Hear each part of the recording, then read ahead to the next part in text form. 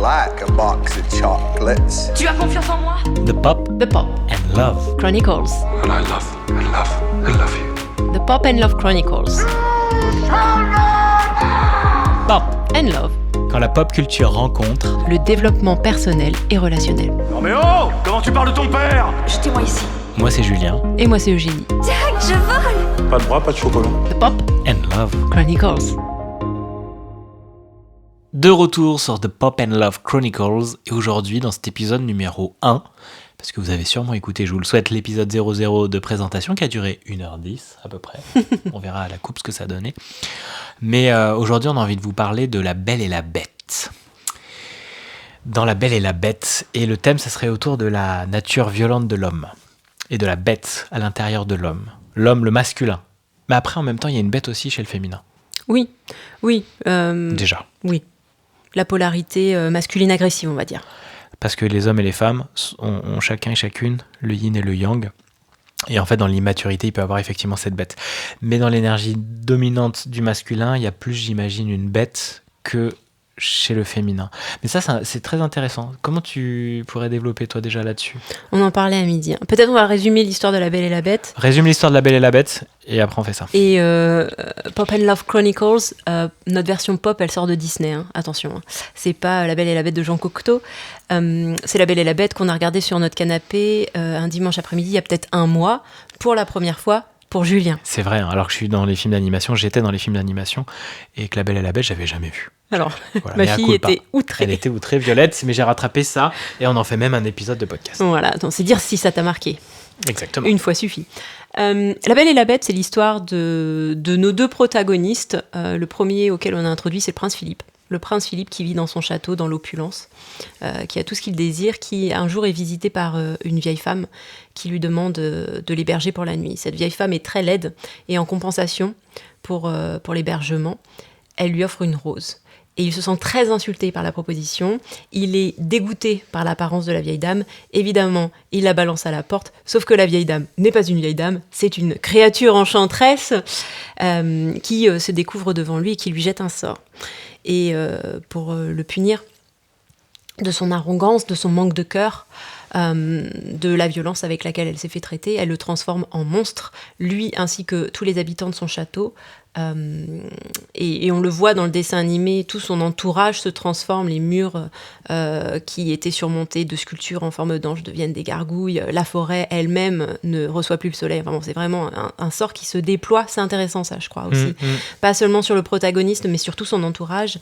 Et le défi pour conjurer le sort, le contre-sort, c'est qu'il apprenne à aimer et qu'il se fasse aimer en retour avant son 21e anniversaire, si je dis pas de bêtises, Ouais, hein, je le dis de mémoire. Et donc, elle s'en va en lui laissant sa rose, qui est le symbole de sa deadline du TikTok et qui perd progressivement ses pétales. Quand le dernier pétale sera tombé, il sera donc trop tard pour conjurer le sort. Voilà. En parallèle de ça, on fait la connaissance de Belle, qui est une villageoise. Ça se passe en France, ce dessin animé-là, qui est une villageoise qui vit avec son père, famille solo-parentale, qui est un inventeur, donc un petit peu le farfelu du village, mais elle également est considérée comme la farfelue du village parce que, elle est éduquée, elle sait lire, elle lit des livres, personne ne comprend. Pourquoi elle est comme ça en fait, toujours dans ses histoires et à rêver et à se rêver presque une vie plus grande, et elle le dit beaucoup plus dans la version originale, donc anglaise, que dans la version française. Elle n'est pas faite pour cette vie-là, elle ne se reconnaît pas dans la petitesse de cette vie campagnarde, elle veut quelque chose de plus grand, une histoire plus grande. Voilà. Tout à fait. Ce qui me venait, c'était intéressant parce que... Alors ouais, on va spoiler, hein. On va clairement spoiler. Ah oui, alors les épisodes, les gens, si vous n'avez pas vu les films dont on parle, il ne faut pas les écouter parce qu'on va forcément spoiler. On ne va pas pouvoir vous épargner ça. Donc si vous n'avez jamais vu La Belle et la Bête... Coupez maintenant, regardez-le, et ensuite vous revenez écouter la suite. Voilà. Ce qui est intéressant, c'est que... Alors, on n'a pas parlé de Gaston.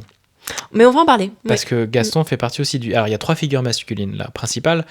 Il y a la Bête, il y a le père de Belle, et il y a Gaston. Je trouve que c'est un peu les 3 qui sont assez intéressants. Le père de Belle est vraiment dans son féminin, sa créativité, il est foufou, il est chaotique et il a pas de contenant. On sent que voilà, il est vraiment un peu dans la lune et il est créateur, il fait des super trucs et tout, mais il est pas. On sent qu'elle est beaucoup plus dans son masculin déjà, dans son cadre. Il y a quelque chose de posé, de calme chez Belle, c'est super intéressant. La Bête, j'aime bien parce qu'il y a l'idée de, on va, comme tout est unité dans ce monde, on va aller chercher chez l'autre le miroir de ce qu'on ne souhaite pas voir ou de ce qu'on rejette chez nous, on va le voir en face. Et en fait, dans l'histoire de Belle et la Bête, il y a l'idée que la Bête va apprendre à s'aimer dans le regard d'amour que la Belle a sur lui en Bête. Donc il va apprendre pour moi l'idée, j'aime la Bête en moi, j'aime le monstre en moi qui a été révélé par cette sorcière qui, du coup, me l'a montré en plein jour. Mais c'est intéressant l'histoire de l'environnement. Pourquoi son environnement est impacté et pas que lui, tu vois ? Parce que ses servants sont impactés. Ah oui. L'environnement, le domaine autour de son château est impacté aussi. Mhm. En même temps, c'est tout un prolongement de lui, on va dire, de son essence. Oui, quand on est rongé par quelque chose, ça ne se limite pas à nous. Et c'est bien tout l'intérêt aussi de se découvrir, de s'apprendre, de régler nos traumas et d'essayer de cheminer dans nos limitations, parce que nos limitations ne se limitent pas à nous. Elles se diffusent. Et qu'en fait, quand tu prends soin de toi, tu prends soin de tout ton environnement autour de toi. Oui. La nature, la famille, les servants, si tu as des servants, en fait, ton professionnel ou autre. Donc c'est là où la Bête influence toutes les personnes autour d'elle, et pas d'une manière joyeuse et colorée, parce qu'effectivement là ça a été il est dans une colère sombre, il est très noir, tout est sombre autour de lui. Ils sont beaucoup plus joyeux, ces servants, bon, même s'ils sont enfermés dans des objets de la vie du château, ils sont quand même beaucoup moins lourds et sombres que la Bête. Ouais. Oui, ils ont subi une grande injustice, et pourtant il y a un vrai amour de la vie, quelque chose qui se réveille quand Belle arrive dans le château, qui va aussi au-delà du fait que, mon Dieu, c'est peut-être notre sauveuse qui est dans le château, donc on va bien la traiter. On sent qu'il y a quelque chose de très authentique, de très humain qui se révèle, simplement parce que l'extérieur vient les visiter, eux qui sont maintenant enfermés dans leur malédiction et qui ne reçoivent plus, qui ne vivent plus la vie qu'ils avaient avant, tout simplement. Tu peux reparler du concept de Bête aussi de Jordan B. Peterson? Qu'est-ce qu'il disait sur la Bête? Tu sais, il y a cette vidéo que tu as lue. Il disait que... Alors, pop culture, oui. Jordan B. Peterson, c'est un de mes mentors. J'adore écouter ce qu'il dit. Il a écrit au moins 2 livres que je n'ai pas réussi à lire parce que c'est tellement dense. Ça fait partie de ses ouvrages. En plus, j'essaye de les lire en anglais. C'est très difficile de les avoir en livre de chevet, on va pas se mentir. Mais par contre, on peut trouver plein d'extraits de conférences, voire des conférences sur YouTube. Et il a son podcast qui est également un peu difficile à suivre. En tout cas, pour plonger les orteils dans son travail, allez voir sur YouTube Jordan B. Peterson. C'est peut-être un des meilleurs penseurs actuels, selon moi. Il nous dit que, évidemment, que nous avons tous une bête en nous, et que... Alors attendez, il faut que j'arrive à bien l'articuler. Est-ce que je vais y arriver? Et que tout l'enjeu, ce n'est pas de devenir l'ange, le gentil, mais c'est de devenir cette personne qui peut contenir la bête. Et qu'il faut que ça se voit, en fait. Il faut que, au lieu de passer pour la bonne fille ou le bon garçon, il y ait une vraie conscience quand on est au contact de l'autre que la bête en nous existe, mais qu'elle est contenue. Et c'est ça qui met en sécurité, en fait. Ce n'est pas de la tuer, c'est de l'apprivoiser. Bah, si tu tues complètement la Bête, tu tues complètement aussi l'énergie du masculin, le guerrier ou la guerrière, et ça t'empêche de sortir la Bête quand c'est nécessaire de la sortir, pour poser des frontières avec fermeté, pour te défendre dans une situation, que ce soit physique ou émotionnelle, et pour défendre les frontières de ton royaume. Tu as besoin de cette Bête. Et si tu n'en prends pas conscience, elle peut te déborder, t'envahir. Et moi, j'ai vu la Bête en moi, c'est-à-dire, j'ai vu des moments émotionnellement où, en colère, contenu longtemps, et à un moment sortait avec mon ex-compagne, j'ai tapé sur un mur, une fois on était en voiture, j'ai tapé sur le volant, et il y avait vraiment cette idée, et c'est là où j'ai compris qu'on pouvait tuer tout à fait quelqu'un avec qui on était, par pulsion, parce qu'on n'est plus aux commandes. Et ça, c'est une bête, c'est-à-dire une puissance, une colère qui n'est pas reconnue, qui n'est pas appréciée et apprivoisée d'une manière où elle est là, on sait comment aussi diffuser la colère, on a des stratégies qui sont saines pour pas qu'elle sorte de manière impulsive et qui puisse faire des dégâts immenses autour de soi, quoi. Je pense qu'il est bon de dire qu'on parle d'archétypes et que les archétypes sont de nature neutre. Oui. Et qu'effectivement, certains archétypes vont être considérés comme des maléfiques. On voit notamment dans l'astrologie, on en a parlé il n'y a pas encore très longtemps, avec Mars et Pluton, qui sont entre guillemets les maléfiques. Mais chaque archétype étant neutre a une face d'ombre et une face de lumière. Quand on dit la bête, on envisage, le premier abord, c'est la face d'ombre. Oui. La bête. Quand t'entends la bête, tu vois pas la lumière. Tu vois tout de suite l'animal, ça va te dépecer. On voit genre Ring of Powers, quoi. On voit l'espèce d'animal des orques, là, je sais pas comment ça s'appelle, cette espèce de chien ou les warg. Les wargs, voilà, les wargs, c'est ça. Je crois que ça s'appelle comme ça. Ouais, je crois que c'est ça. Bon, on voit ça, la bête, en tout cas moi, et je pense que l'inconscient collectif, l'égrégore de la bête, c'est pas quelque chose de tout gentillet et tout doux. C'est très attaché à l'énergie martienne, à l'énergie martiale, à l'énergie du guerrier, à l'énergie, mais aussi à l'énergie qui va de l'avant, qui initie dans son côté de lumière, quoi. Effectivement, avec ces 3 personnages masculins, on peut pas avoir. Il y a plusieurs personnages masculins dans La Belle et la Bête, mais on peut pas tous les observer en 20 minutes de podcast. Effectivement, sur cet axe, je vais y arriver, sur cet axe triptyque, avec le papa, la bête et Gaston qui est donc le villageois alpha, que toutes les femmes considèrent magnifique dans le village. C'est le plus beau parti, mais il est aussi très orgueilleux. Il partage ses failles d'ailleurs avec la bête, très orgueilleux, possiblement misogyne, violent. Émotionnellement, aucune intelligence émotionnelle. Enfin, on est sur pas très dans l'ego, et surtout cette bête elle est cachée chez lui alors qu'elle est bien présente. Oui. Chez la bête elle est là, elle est visible et tout, et il a tellement, comme elle est reconnue physiquement, qu'elle est sortie de lui avec le sort, il ne peut plus la nier, donc il l'a subie, il en est triste, il est apaisé, ça pèse sur lui, il est vraiment sombre, mais Gaston il fait genre machin, alors qu'à l'intérieur il y a le chasseur, le dominant, sûrement cette énergie de grande violence qui ensuite amène tout le village à venir tuer la bête. Donc sous prétexte de la bonne personne, c'est effectivement lui le plus violent dans l'histoire. Oui, il y a quelque chose de l'ordre de ne vous fiez pas aux apparences. Finalement, le prince Philippe, qui est donc la bête, on se demande vraiment s'il a changé de tempérament et de caractère entre le moment où l'avant et l'après-bête, en fait.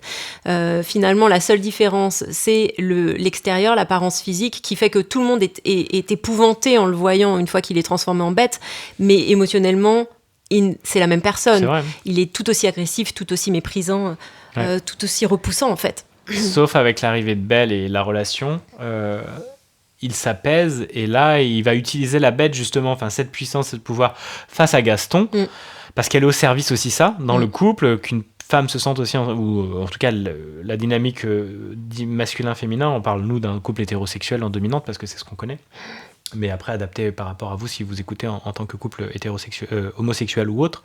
L'idée c'est que le masculin est le contenant et sécurisant, physique, émotionnel et financier. On pourra en parler dans ces autres aspects, mais sur le physique, la bête reconnue et apprivoisée est rassurante physiquement parce que ça permet à la femme de se sentir en sécurité, de dire il saura faire ce qu'il faut le moment où c'est nécessaire, quoi. C'est très archaïque, hein. La bête, on revient aussi sur quelque chose de très animal, primaire, c'est notre cerveau reptilien. C'est aussi ces pulsions-là qu'on essaye avec nous, notre conscience, d'apprivoiser, mais de ne pas nier non plus, parce que sinon on en vient à faire des yang tout mous, des masculins tout mous, qui n'ont aucune puissance, présence, et qui peuvent ressembler au papa finalement de Belle, et oui, à fond dans la créativité, mais qui subit énormément autour et qui ne met pas en sécurité qui que ce soit. Non, il n'a pas de contenance, le papa de Belle, il n'a pas de contenance. Quand il revient du château, malgré le fait qu'il ait vécu l'expérience de bout en bout, il s'est fait enfermer, sa fille est arrivée, elle a troqué sa vie à elle contre sa vie à lui, il revient au village pour essayer de convaincre les villageois. Alors je conçois bien que ce n'est pas facile de revenir au village, d'arriver dans le pub et de dire, dans l'auberge, et de dire ma fille a été enlevée par un monstre, venez avec moi, allons la libérer, et d'être pris au sérieux. Mais on voit bien que tout de suite, le vieux fou de Maurice, on ne considère même pas qu'il y a une part de vérité dans ce qu'il dit, c'est tout de suite pris à son désavantage. Il était farfelu, maintenant il est fou, il n'y a pas d'entre-deux. Il n'a pas de contenance, en fait, personne l'écoute, quoi. Tout à fait.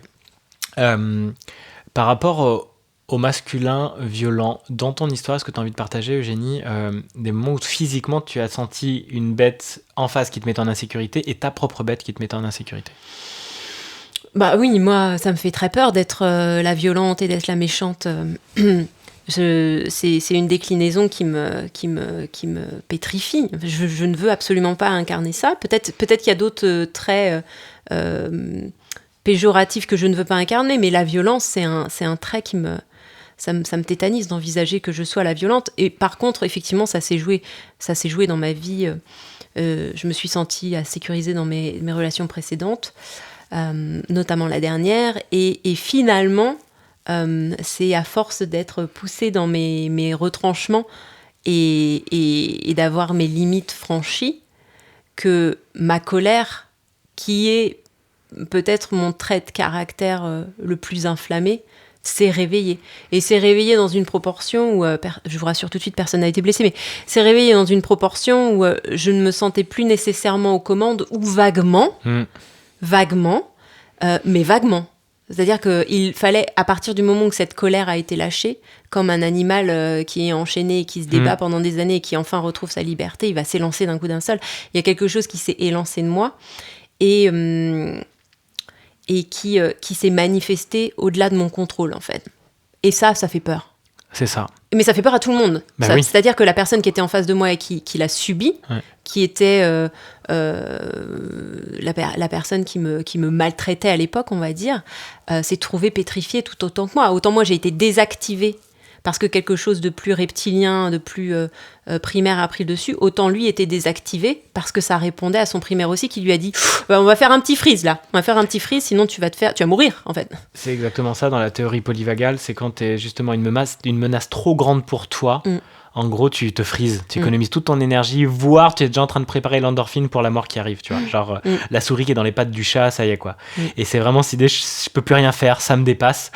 Et c'est la pétrification, parce qu'il n'y a même pas la possibilité de se dire, je peux attaquer ça, tu vois. Donc, effectivement, il y a un saisissement. Et toi, cette énergie-là, elle est méga puissante. C'est une puissance incroyable, la colère. Et la violence, en fait, on a peur de se dire, si je suis en colère, je vais faire du mal. Je vais blesser. Mais c'est au contraire, plus elle est retenue, que tu as potentialité de blesser parce que ta bête n'est pas du tout apprivoisée. Et donc c'est chouette d'aller la sortir. Il y a plein de pratiques, genre le cri, il y a la boxe, il y a le sport, un peu de contact, ou même la salle de sport, la muscu, genre de pousser, d'être dans l'intensité un peu nerveuse, permet d'aller, on sort d'une séance, on sent qu'il y a de l'intensité qui a été dépensée. Aller courir, aller vraiment taper dans des choses s'il y a nécessité, mais il faut qu'elle circule cette colère, parce que si elle est retenue, elle devient débordante et incontrôlable, et elle peut être dangereuse pour soi ou pour l'autre, mais vraiment à des niveaux. Et ça dépend de où on part. Moi, effectivement, j'ai pas des grands accès de colère, et je suis plus dans l'eau que dans le feu, qui est ton cas. Donc c'est pour ça qu'on se rencontre bien et que ça fonctionne aussi bien. C'est que je peux très vite mettre de l'eau sur ton feu et puis ne pas me sentir activé, parce que peut-être que tu étais aussi avec un partenaire qui était très feu. Donc deux feux ensemble, on pourra parler d'élémentaire, c'était vachement intéressant sur ce sujet, mais deux feux ensemble peuvent énormément s'embraser et faire beaucoup de blessures. Oui, ça résonne très fort, mais du coup ça temporise très peu. Et dans certaines situations, notamment les situations de crise, il faut être vigilant par rapport à ça. Et encore une fois, on est sur du neutre, c'est-à-dire que si vous reconnaissez dans moi aussi je suis feu avec un partenaire feu, c'est pas grave, c'est ok. Il faut juste mettre de la conscience dessus. Il faut mettre de la conscience et puis accueillir ses parts, juste de les reconnaître, c'est déjà un grand pas. Et de ne pas vous juger comme tel.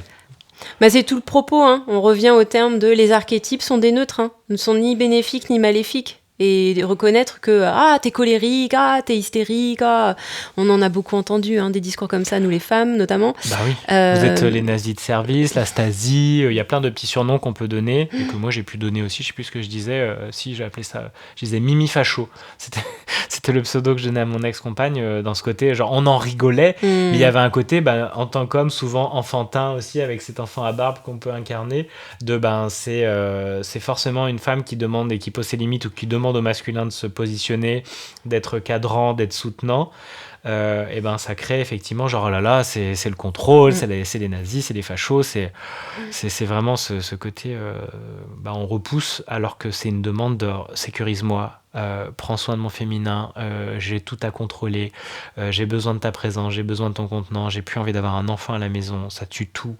Et cette colère, en tout cas un adulte enfant. Un adulte enfant à la maison, bien sûr. Ça tue tout désir, ça tue tout sécurité, et donc du coup la polarité féminine passe dans le masculin masculin surcontrôlant, et la colère peut encore plus augmenter par rapport à ça, quoi. Bien sûr. Parce qu'à force de répéter, à force de crier, en fait, c'est ouf. On va pas tarder à arriver à la fin de cet épisode si on veut tenir ce cadre. Qu'est-ce qu'on peut accueillir dans cet espace-là ? C'est déjà reconnaître que tout ça, comme tu dis, les archétypes sont neutres, que vous pouvez être un agneau tout en étant violente, en fait. Vous avez accepté ça, vous pouvez être une femme ou un homme apaisé, même si je suis violent. Je vais vous faire des phrases un peu par rapport à ça, ou même si je suis en colère. Parce qu'il faut que vous puissiez accueillir les deux curseurs, d'être le tout doux et le tout violent. Parce qu'à des moments, votre violence, elle n'est pas forcément... vous n'avez pas tué la terre entière, mais vous avez peut-être besoin de vous positionner, de dire des choses. Comme disait Christian aussi, dans la formation PKS, c'est... la colère, c'est aussi la connasse. Accueillir la connasse ou la salope, qu'on pourrait dire, oh là là, cette salope, un homme pourrait dire souvent ça d'une femme qui va lui refuser ses avances ou autre, alors qu'en fait, cette femme marque ses frontières. Eh ben, soyez acceptés d'être jugé dite salope, parce qu'en fait, d'un autre point de vue, vous êtes une personne qui tient ses frontières, qui se fait respecter, et qui du coup impose le respect autour d'elle. Et donc, il y aura une autre personne qui vous verrait comme c'est chouette, parce que cette femme est loyale, elle tient sa frontière, elle exprime ses besoins, elle m'inspire. Donc, c'est chouette de pouvoir voir que vous pouvez aller sur ces deux faces-là, et que c'est pas une honte, parce que le pire, c'est la honte de tout ça. Donc, on veut surtout pas l'incarner parce qu'on en a honte. Et donc, on crée plus de problématiques, et là, vous allez avoir honte d'être une femme qui explose ou qui casse des choses. Je crois que la grosse problématique, et on le voit effectivement dans La Belle et la Bête, c'est il faut tuer la bête. Il faut tuer cette bête. On a toute une chanson à la fin, où, gros spoiler, vous avez prévenu, mais tout le monde connaît ce film, où Gaston embarque son entourage, encore une fois, tout le village, pour aller tuer la bête. Et évidemment, ce n'est pas la solution, puisque la bête n'est plus seulement une bête d'avoir été en contact avec le féminin et d'avoir partagé son quotidien avec le féminin. Enfin bon, après, ça part. Et ben on voit justement la Belle avec sa tempérance beaucoup plus calme. Elle a réussi finalement à amener de la douceur sur le masculin violent et immature qu'était la Bête, et donc d'apaiser la relation et de la contenir. C'est intéressant parce que là, elle se positionne vachement en yang, en fait, aussi. Dans sa douceur, tu vois, tout est mélangé tout le temps. Dans sa douceur, elle a du yang qui contrôle, qui contient la bête, qui lui permet de repasser dans de la douceur tout en sachant qu'il est le yang. Et elle peut se déposer dans ce yang apaisé, elle peut se sentir nouveau en sécurité. Ça danse tout le temps. C'est un truc c'est toujours l'un et l'autre sont là. Yin-yang est toujours ensemble. Et donc, du coup, elle vient amener ça. Et lui, il sait qu'il a la possibilité d'être cette bête, il l'a apprivoisée, accueillie, il l'a pas tué, parce que s'il l'a tué, il est plus dans son masculin, et là, de nouveau, ça devient hyper insécurisant finalement pour Belle, s'ils se mettent ensemble et que lui, il a plus du tout ce masculin, cette bête qui la rejette, parce que si on la rejette, elle grandit encore plus fort, et la vie est là pour nous l'aider à l'accueillir si on la rejette à l'intérieur de nous. Donc des situations vont créer de la violence, des situations vont créer que la bête sorte, en fait. Bah finalement, il accepte son sort. Regarde, quand il laisse partir Belle voit au travers du miroir magique que son père est perdu dans la forêt et elle a peur qu'il meure, elle veut le retrouver. Bon, la bête regarde sa rose et il est bien au courant que c'est foutu. S'il laisse Belle partir, c'est foutu. Le sort, il est enfermé avec. Il accepte ça. Il accepte la bête, en fait. Son sort, oui, mais il accepte de vivre une éternité sous ce masque-là et il la laisse partir par amour. Et finalement, elle revient. Ouais, donc finalement, oui, il accepte. Et comme ça y est, j'accepte que ça soit fini, et ben ça ne l'est pas. Il lâche prise. Il lâche prise. Alors que Gaston vient tuer la bête. Et physiquement, tue la bête. Qui le tue lui aussi, par ricochet. Ah oui, c'est ça. Puis à la fin, comment ça se passe là ? À la fin, Gaston se bat avec la bête, qui n'a pas le goût de se battre, parce que Belle n'est pas là. Et quand il voit Belle, il a ce sursaut d'énergie, il se défend en fait contre Gaston. Belle arrive sur la scène de bataille, dit à la bête, je sais plus, ah non, c'est pas ça, c'est Gaston qui demande à la bête de l'épargner. Gaston demande à la bête de l'épargner. Pitié, pitié, je ferai tout ce que tu voudras. La bête le relâche. Belle appelle la bête, qui est distraite. Bah voilà, elle essaie de il lui tire dessus, je crois. Et il le poignarde. Ah, il le poignarde, ok. Il le poignarde, mais en le poignardant, il perd l'équilibre et il tombe dans le ravin. Donc au moment où il tue la bête, il se tue lui, en fait. C'est une condamnation. Et finalement, la bête, elle est sauvée. Bah, la bête, elle meurt, mais du coup, symboliquement aussi, tu vois, elle meurt, mais parce que la belle l'aime, lui dit qu'elle aime, et voilà. Ça passe par la parole, mais elle pleure. Donc, il y a quelque chose de l'ordre de l'alchimisation, tu vois, il y a la larme pleine de sel qui coule, blablabla. Le sort est rompu, et il se change en Prince Philippe. En Prince Philippe. Je crois que c'est Prince Philippe. Hein. Ouais, c'est ça, je crois. Donc du coup, si on fait des affirmations, alors il y aurait l'idée déjà, moi je pense, de rendre des poids. Alors là, je ne vais pas vous former comme ça, venez dans la formation PKS, il y en a au moins une par mois, vous m'envoyez un message.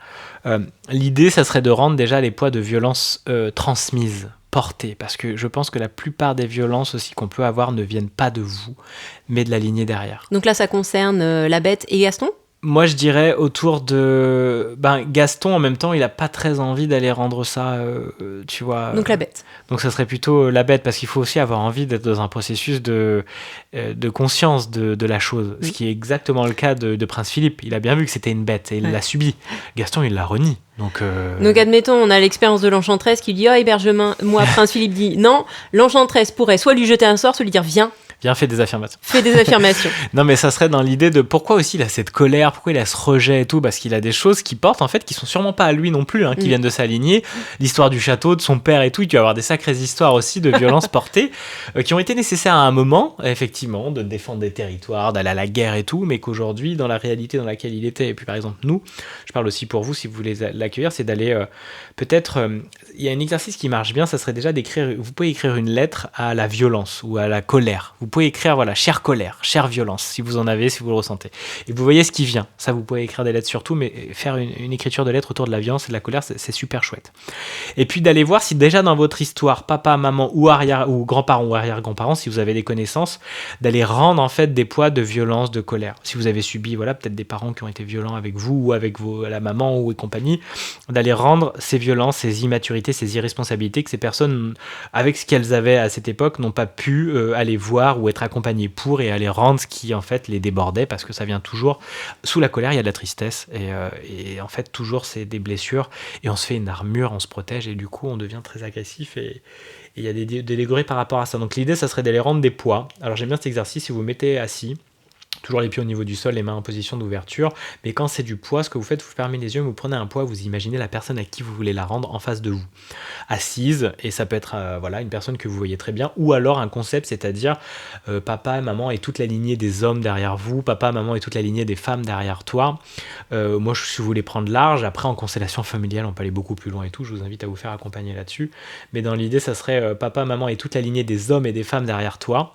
Je vous rends le poids de votre violence, de la colère et tout. Vous pouvez faire ça. Vous prenez un paquet de bouquins ou un objet symbolique. C'est bien quand il pèse. Moi, je l'ai fait avec un radiateur. C'est intéressant, les radiateurs électriques, là, celui qui est derrière.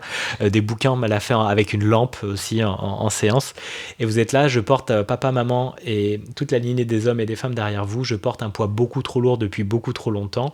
Tout ce poids représente vos colères, vos violences, vos massacres, les personnes que vous avez tuées, contraintes, dominées, toutes ces colères non exprimées, toutes ces colères débordantes. Et souvent, vous pouvez nommer ce qui vous vient, utiliser vos mots, et vous pouvez terminer par « et tout ce que je n'ai pas nommé ». Tout ceci ne m'appartient pas et je vous le rends pleinement aujourd'hui. Je vous le dépose symboliquement à présent. Tout en reconnaissant ce que vous avez vécu, j'honore, mais ceci ne m'appartient pas. Je vous aime et je vous le dépose à présent. Vous mettez les phrases un peu dans l'ordre que vous voulez, mais c'est important d'avoir un peu cette logique-là. Et vous le déposez symboliquement et vous ressentez dans le corps. La tête, vous lui dites, t'inquiète, c'est des conneries, on joue. Elle va vous dire, c'est n'importe quoi. Dites-le à voix haute et écoutez comment votre corps ressent. Et vous rendez tout ça. Vous le déposez symboliquement, vous allez voir, ça va faire du bien de ouf. Ça peut pleurer, ça peut sentir plein de frissons dans le corps. Vous pouvez aussi avoir des bâillements. Moi, ça marche beaucoup par le bâillement. Vous pouvez sentir des tensions ou des choses qui circulent dans votre corps. Et vous allez voir comment ça évolue. Peut-être des images remontent, peut-être il y a des choses. Peut-être que ça grince. Et dans ce cas, il faut le répéter plusieurs fois parce que c'est votre corps qui est en train de dire non, je veux pas libérer ça. Donc faites-le. Et ça va circuler.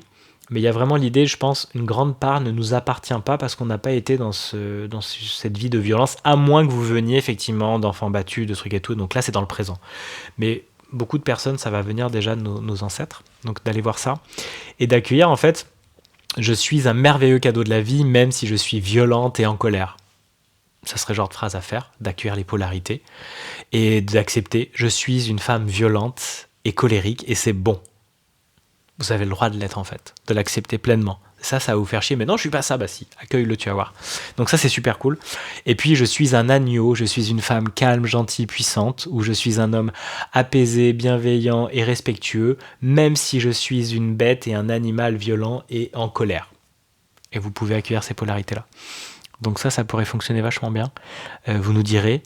et voyez ce qui vient. Mais l'idée, c'est je suis ça, même si je suis ça. Donc je suis le pire, je suis le meilleur, même si je suis le pire, entre guillemets, parce que le pire peut vous servir.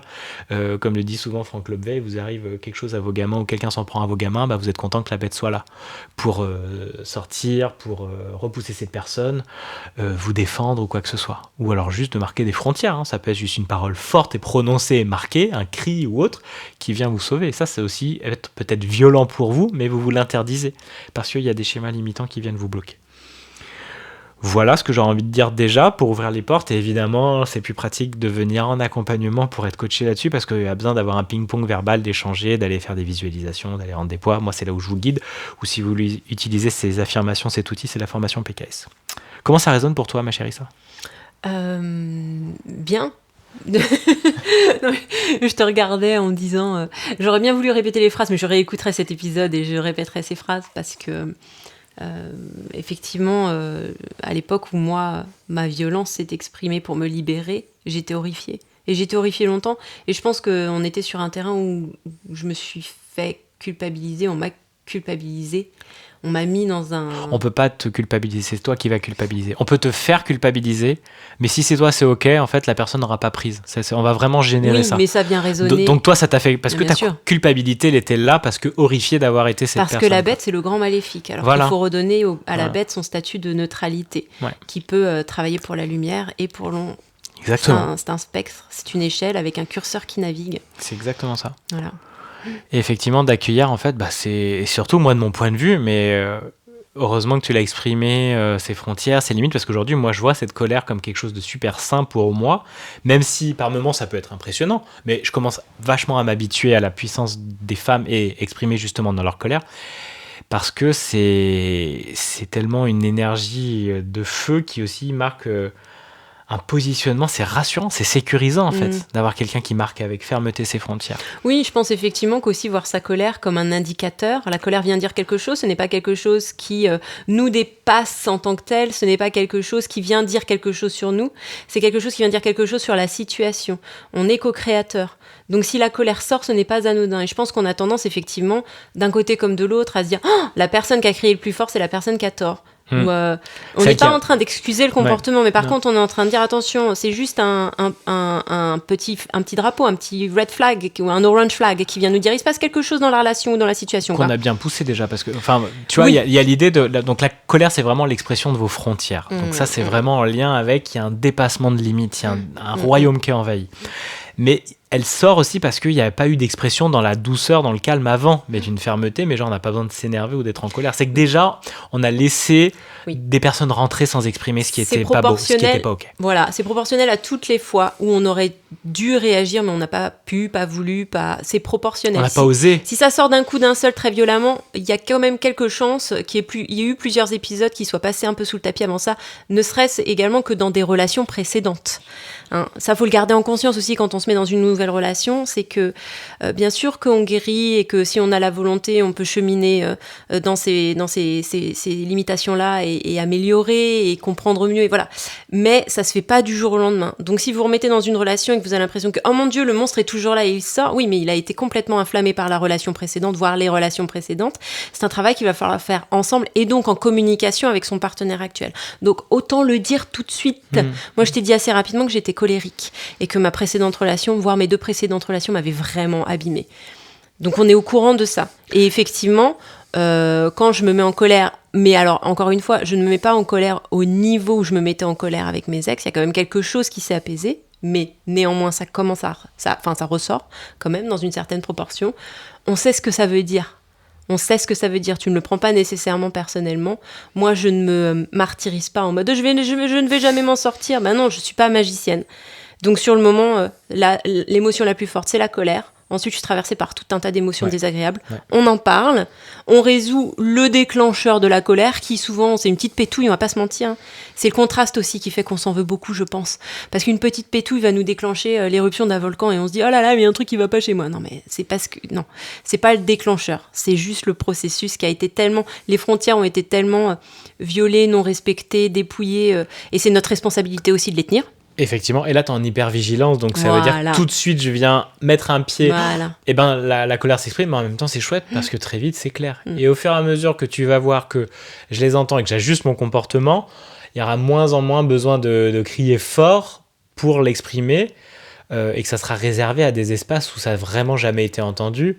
Mais comme on est en conscience et que mon but, c'est de t'aimer dans tous ces espaces et de faire attention à ça, logiquement, je ne viendrai pas dans ces espaces si on a progressé en commun ensemble là-dessus. Donc, mais c'est marqué franchement parce que tu es encore dans ce système-là d'avant, mais c'est cool parce que tout de suite, on le sait. Et puis ça va pas, tu vas pas le garder. Je préfère ça que si tu le gardais et que ça me pète à la gueule et que j'ai pas vu, et que j'ai pas du coup corrigé le comportement, que tu m'as pas fait des ajustements pour moi, que j'ai pas pu voir. C'est cool. C'est un indicateur. Ouais. C'est un indicateur. C'est un sacré indicateur et que ça peut être aussi dans l'autre polarité. Vous l'exprimez jamais, ce qui peut être pour moi. Quand ça me fait chier, je vais garder beaucoup sur moi et tout. Alors qu'en fait, si je l'exprime et j'ai progressé depuis, de dire ce qui est pas ok rapidement. Mais ça, on va avoir un épisode là-dessus. Bah oui. Le masculin qui ne s'exprime pas. Ah bah oui, Ouais. l'amour est dans le pré. Avec The Bear aussi, on va en parler. Avec The Bear, ouais. Ça, c'est un vrai problème des hommes de pas parler et d'exploser et d'être hyper insécurisant parce que même s'ils explosent pas et qu'ils gardent pour eux, à l'intérieur, on sait que votre système nerveux est inflammé, qu'il y a de la colère, de l'agressivité, ça se sent surtout chez les femmes qui captent énormément les émotions, les sensations, tout ce qui se passe dans l'invisible. Un homme qui est insécurisant, vous le savez. Et même moi, hein, je vois très bien. Je vais du masculin, vous allez voir à l'intérieur, c'est pas calme. C'est la tempête. Et ça, c'est hyper insécurisant. Même si la personne n'est pas en train de tuer quelqu'un, c'est hyper insécurisant d'être à côté de ces personnes-là. Donc pour une femme, même si elle le sait, elle peut rester là, elle va apprivoiser un peu cette bête aussi non maîtrisée. Parce que comme ça, on en avait parlé, je sais plus dans quel contexte. C'est plus rassurant. Ah oui, c'était avec une personne. C'est plus rassurant quand tu es à côté de la personne qui peut être vraiment la bête. Mais dès que tu sors de sa protection, que tu n'es plus en relation avec cette bête, elle devient la bête. Et tu deviens aussi une proie. T'es plus genre caché. Et souvent, ça peut être un comportement de proie. Je reste avec mon bourreau et je viens un peu apprivoiser le bourreau parce que comme ça, au moins, je suis en sécurité, même si je suis en insécurité. Et donc, il y a plein de relations comme ça avec des pervers narcissiques et compagnie qui fait que on se protège dans la douleur et la difficulté et la violence que la personne peut vibrer. Bref, il y a plein de sujets par rapport à ça, mais effectivement, si vous êtes en colère, il y a une raison. Toutes vos émotions, c'est un indicateur sur votre tableau de bord, donc il faut aller regarder ce qui s'y passe. Et il y a plein de clés, il y a plein de gens géniaux, il y a plein de phrases à faire, il y a de la simplicité comme le PKS. Et puis, il y a les expériences de vie qui vous demandent d'accueillir ces émotions, parce que si vous ne les accueillez pas en vous, la vie va les faire se présenter à vous de plus en plus grandement. Et L'enchanteresse va venir à la porte. Et l'enchanteresse va venir à la porte, exactement. Génial, on termine l'épisode là-dessus, mon chat. Ouais. Likez, dites-nous comment ça résonne, dites-nous si c'était chouette, partagez-le. Donnez-nous des idées. Donnez-nous des idées, ou des films, ou des choses, ou des sujets, n'hésitez pas, ou des choses que vous avez envie de savoir sur le couple, ou sur la dynamique du couple, ou sur vos problématiques. Et nous, ça pourra nous faire penser à des films ou à des exemples aussi en parlant. Toujours. Donc voilà, tu repars comment, Eugénie ? Moi, je suis bien. J'ai envie d'enregistrer un autre épisode. Allez, on fait un troisième là. On fait un troisième. On fait une petite pause goûter et on fait un troisième. Ok. Bisous. Bisous.